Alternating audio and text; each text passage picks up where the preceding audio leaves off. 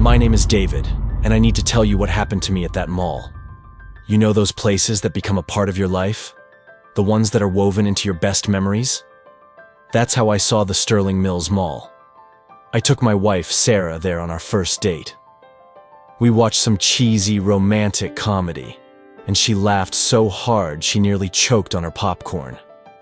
Years later, it was where we'd have lunch every Sunday with the kids. My son, Tommy, loved the carousel on the second floor. Those colored lights spinning, the cheerful music echoing down the hall. My daughter, Emma, would always drag me to the candy store, her eyes shining as she begged for just one more. And I could never say no. When the mall closed 2 years ago, it felt like a part of my history had been torn away. Every time I drove past those glass doors covered with plywood, my chest would tighten. It was like watching a dear friend waste away. But I never imagined I'd be back in that place. And not in the way I expected. After I lost my job at the factory, I got desperate. Bills piling up, a family to support, my pride getting shredded day by day. That's when I saw the ad. Night watchman, Sterling Mills Mall, security experience preferred. I thought it would be easy. After all, I knew every inch of that place, didn't I? Every store, every hallway, every bathroom. What could go wrong watching over a familiar place? I was wrong. So wrong. Because the mall I knew during the day, full of life and laughter, was hiding something that only wakes up when the lights go out. Something that turned my most precious memories into my worst nightmare. The interview was set for a Tuesday at 2 in the afternoon. My heart pounded as I arrived at the mall. The main doors were open, but just a small section of them. The rest was still boarded up like poorly healed wounds. The manager, a thin man named Richard, was waiting for me in the old food court. I remember being shocked by the silence, where there was once the constant noise of chatter, kids laughing, and the clatter of trays. There was now just a hollow echo that made my own breathing sound amplified. David. Right, he said, holding out a cold, clammy hand. I hear you used to come here a lot. Yes, sir. Practically grew up here. Brought my family for years. Richard smiled, but there was something off about it. Like he knew something I didn't. Perfect, he said. That's exactly the kind of person we're looking for. Someone with a connection to the place. He said the job was simple. Make rounds every 2 hours, check for vandals. And that's it? Just watch the place? Just watch the place, he repeated. But something in his voice sent a chill down my spine. He handed me a heavy set of keys and an old radio. Your rounds start at 10 p.m. and go until 6 a.m. You have a small security room on the first floor, near the old Spencer's store. Remember that one? Of course I remembered. It was where Tommy always wanted to go, but Sarah never let him because of the inappropriate for kids products. There's one more thing, Richard said, his voice low. There are a few specific rules you need to follow. Nothing major, just security precautions. He pulled a folded piece of paper from his pocket. Read this carefully when you get home. It's important you follow every single one. I took the paper, and it felt cold, as if it had been kept in a refrigerator. When can I start? Tomorrow night, if you want. The pay is good, David. Better than you'll find anywhere else in town. The rules were handwritten on the paper in a shaky script that gave me the creeps just looking at it. Rules for the night watchman. Sterling Mills Mall. Never look directly at the mannequins after midnight. If you feel they have changed position, continue your round normally. If you hear music coming from the food court, do not investigate. It's just The old sound system acting up. The elevator sometimes works on its own. Ignore the sounds. Never get in it between 2 a.m. and 4 a.m. If someone knocks on the glass doors trying to get in, pretend you didn't hear it. They'll go away eventually. The toy store on the second floor sometimes lights up on its own. Turn off the circuit breaker in the electrical panel and continue your round. If you hear children playing, especially near the carousel, leave the area immediately. Wait 30 minutes before returning. Important. If you feel lost or confused about your location in the mall, stop where you are and count to 100. The feeling will pass. Never, under any circumstances, go down to the basement after 1 a.m. My first reaction was to laugh. I thought it had to be some kind of prank, a joke the old staff played on new hires. But when I got to the mall that first night, at 9:45 p.m., the laughter died in my throat. The parking lot was completely empty, just my lonely car under a single weak light that was flickering intermittently. The mall looked different at night, bigger, darker, as if the shadows had multiplied and swallowed all the familiar corners. I used my key to get in through the employee entrance. The service corridor was damp, with that smell of mildew and something cloyingly sweet that I couldn't identify. My footsteps echoed strangely, as if someone was walking behind me, always a second out of step. At 10 p.m., I set out on my first round. The mall was plunged into a near-total darkness, with only a few emergency lights providing a yellowish, sinister glow. I knew every foot of that place, but somehow, it all felt different. The empty storefront stared back at me like dead eyes.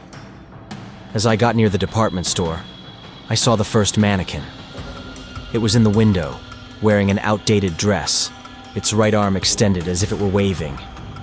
For a moment, and I swear this happened, I got the impression it was greeting me.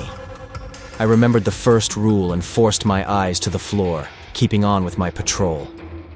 The sound of my footsteps was strange. Sometimes it felt like I could hear extra steps, like someone was following me. But every time I stopped to listen, the silence was absolute. It was close to midnight when I first heard it. A faint, almost imperceptible melody, coming from the direction of the food court. It sounded like the carousel music, that same cheerful tune Tommy loved. My feet automatically started moving toward the sound. But then I remembered rule number 2. I stopped in the middle of the hallway, trembling. The music continued for a few more minutes, then stopped abruptly. Rule number 2. It's just the old sound system acting up.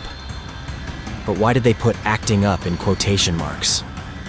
I got back to the security room at 12:30 in a cold sweat. On the monitors, I could see the empty hallways, the silent stores. Everything looked normal, but I knew something was wrong. And it was only my first night. The next few nights became a ritual of fear. I was no longer a watchman. I was a prisoner following a survival manual that made no sense. I started avoiding the food court around 3 in the morning. I'd give the Macy's a wide berth, afraid of what the mannequins might be doing in the dark. It was on the 4th or 5th night. I was already losing track of time, that the place decided watching from a distance wasn't enough anymore. It wanted to play. I was on my round on the second floor, in the east wing where the designer stores were. The dark storefronts reflected the empty hallways like black mirrors. I was walking slowly, trying to avoid looking at my own reflection. But out of the corner of my eye, I noticed it. My reflection was lagging. I stopped. My body froze. The reflection stopped a second after me. I slowly raised my hand. The figure in the glass raised its own with a small, almost imperceptible delay. My heart felt like a block of ice in my chest. I was paralyzed with fear, wearing the most terrified expression of my life. But my reflection, it smiled at me. A wide, calm smile that didn't belong on my face. a smile of someone who was enjoying my terror. I ran back to the security room, gasping for air, trying to get my breathing back to normal. It's the sleep deprivation. It's the stress, I kept telling myself. But I didn't believe my own lies anymore. It was when I looked at the monitors, trying to calm down, that my blood ran cold. On the monitor showing the food court, I saw a small figure sitting at one of the tables. A child. Even with the grainy image, I recognized him. It was Tommy, wearing the same clothes he wore on our last day at the mall. I grabbed the radio, my hands shaking. "Dispatch, this is David. There's a child in the food court." The reply was just static. Then, a distorted voice. "There's no one there, David. Continue your round." I looked at the monitor again. The figure was gone. But I knew what I had seen.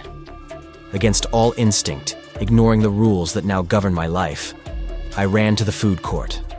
The place was empty.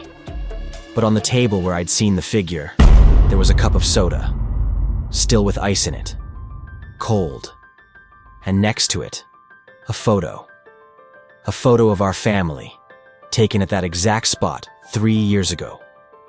But in the picture, only I appeared. Sarah, Tommy, and Emma had been erased, as if they had never existed. It was then, in the absolute silence, that I heard it. Sound of an old payphone ringing, loud and shrill, echoing through the space. An impossible ring. The mall's power was cut, only the emergency lights were on. The ring was sharp, desperate, tearing through the silence. I remembered the rule. If the payphone rings, do not answer.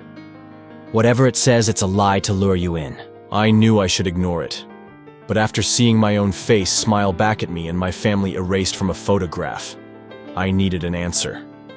Against every survival instinct, I walked toward the phone. With a trembling hand, I picked it up.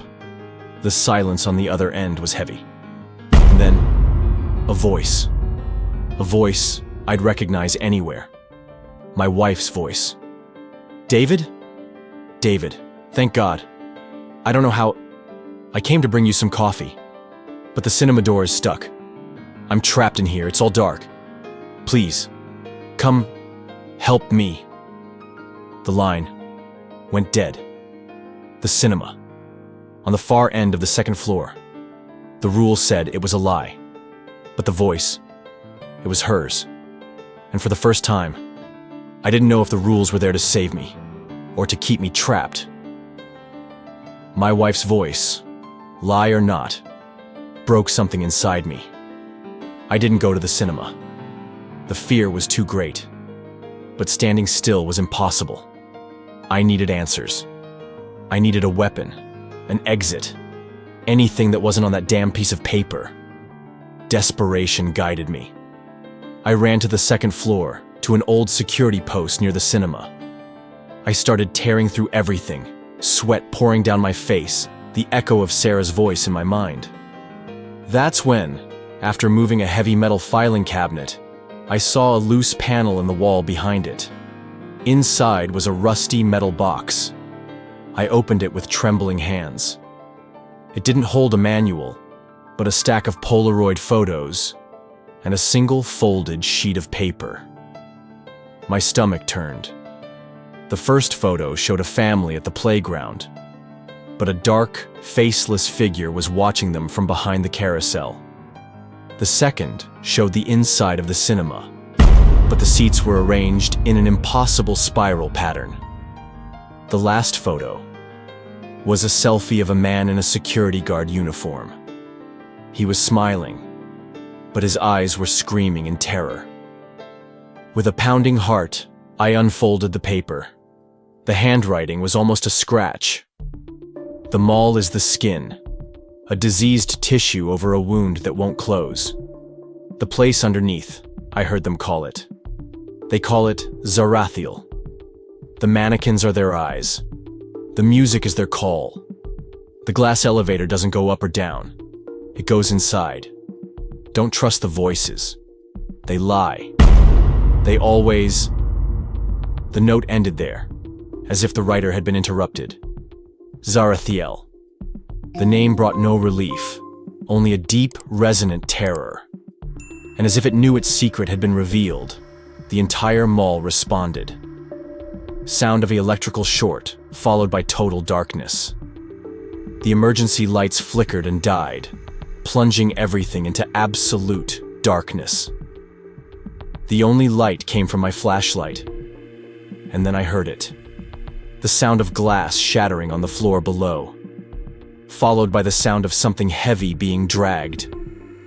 I aimed my flashlight down the dark corridor, and, coming towards me, emerging from the shadows, was not a mannequin. It was tall, slender, with pale skin stretched tight over bones that seemed far too long. Its movements were erratic, disjointed, like a marionette with its strings cut. Its face was a blur of human features, but what paralyzed me were the eyes. 2 points of sickly light that fixed on me with a cold, ancient intelligence. The creature opened a mouth that shouldn't have been there and emitted a sound, the same distorted melody from the carousel. It knew I was there. It knew that I knew, and it was coming for me. The thing was just there, standing in the doorway, staring at me with those sickly, glowing eyes. I was done for. There was nowhere to run. That's when the carousel music stopped, and I heard a cry. It was my Emma. Her voice, a heartbreaking sob coming from the hallway. "Daddy, help me. I'm scared." My blood ran cold. The creature in front of me didn't move. It just took a slow step to the side, clearing the way. It was an invitation. Stay here and die, or run to your daughter. It wasn't a choice. A father's instinct took over. I bolted down the hallway, running past the thing, which stood motionless, watching me go. I was running toward the crying, but it seemed to come from all directions. The mannequins in the stores turned their heads to follow me. The entire mall felt like a living labyrinth. In a panic, with no idea where to go, I slammed into a metal door. A panic bar. I threw all my weight against it. The door creaked open, and I fell to my knees on the cold asphalt of an alleyway. The early morning air had never felt so good. The crying, the music, everything just stopped. The door shut behind me, and the silence was absolute. I was out. I ran to my car and drove home as the sun was coming up, never looking back. I got home and hugged my real wife and my real kids. But something was wrong. I was there, but at the same time, I wasn't. The next day, I called the number from the ad and said I wouldn't be back. I made up an excuse. How could I possibly explain the truth? I left the mall, but the mall never left me. It's been months now. I'm here with my family, but it's like I'm seeing everything through a dirty window. I don't sleep right. Sometimes, when the house is quiet, I swear I can hear the carousel melody and the hum of the refrigerator. The other day, downtown, I walked past a clothing store. I saw the mannequins in the window and my heart hammered in my chest. I had to lean against a wall just to breathe, because I was sure one of them had smiled at me.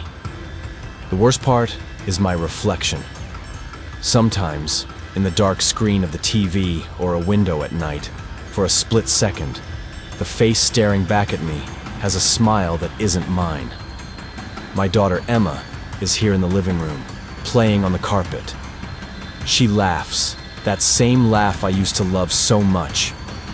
But now, the sound sends a chill down my spine. My eyes don't focus on her. They focus on the dark hallway behind her. I got out of there. I survived. That's what the doctor said. But they don't understand. I'm not a survivor. I'm a ghost. A night watchman in my own home, forever looking over my shoulder, waiting for the darkness to pull me back in. I escaped Zarathiel.